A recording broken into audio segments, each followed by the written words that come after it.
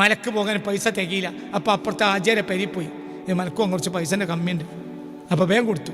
ചിലപ്പോൾ പറഞ്ഞ് ജീവൻ തരണ്ട, എന്തേ ഇവിടെ നടന്നിട്ടില്ലേ, നടന്നോ ഇല്ലേ, അത് മലക്കോലാണ്, അത് ശിർക്കാണ്, മറ്റേത് അന്നും വർത്താനം പറ ഒക്കെ ഇപ്പല്ലടാ വഹാബികൾ വന്നിട്ടല്ലേ ഒക്കെ തുടങ്ങിയത്. അതൊരു സൗഹൃദമല്ലേ. തിരിച്ചവനും ഉംറക്ക് പോകാനൊരുങ്ങി പൈസ ഒക്കെ അടച്ചു. അപ്പോൾ അപ്പുറത്തെ ബാലകൃഷ്ണൻ്റെ വീട്ടിൽ സർക്കാർ ഉദ്യോഗസ്ഥൻ, അവൻ്റെ അടുത്ത് പൈസ കെട്ടിയിരിപ്പുണ്ടാവും. ബാലകൃഷ്ണൻ്റെ വീട്ടിൽ പോയി തലേന്ന് ഭാര്യ ഭർത്താവ് എന്തെങ്കിലും ഒന്നുമല്ല, ഉംറക്ക് പോവുകയാണ്, കുറഞ്ഞൊരു പൈസൻ്റെ കമ്മിയുണ്ട്, ഒരു 10-15,000 റുപ്യ കിട്ടിയാൽ ആ വഴിച്ചെലവൊക്കെ അതിനെന്തെപ്പോൾ പറഞ്ഞു ഒന്ന് ഫോൺ ചെയ്താൽ പോരെ. അപ്പോൾ അങ്ങോട്ടും കൊടുത്തയച്ച്.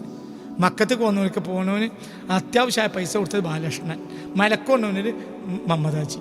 ഇതിവിടെ നടന്നല്ലേ, ഇതല്ലേ ഇവിടെ നടക്കണ്ടു, ഇതല്ലേ നന്മ, അതല്ലേ മനുഷ്യത്വം.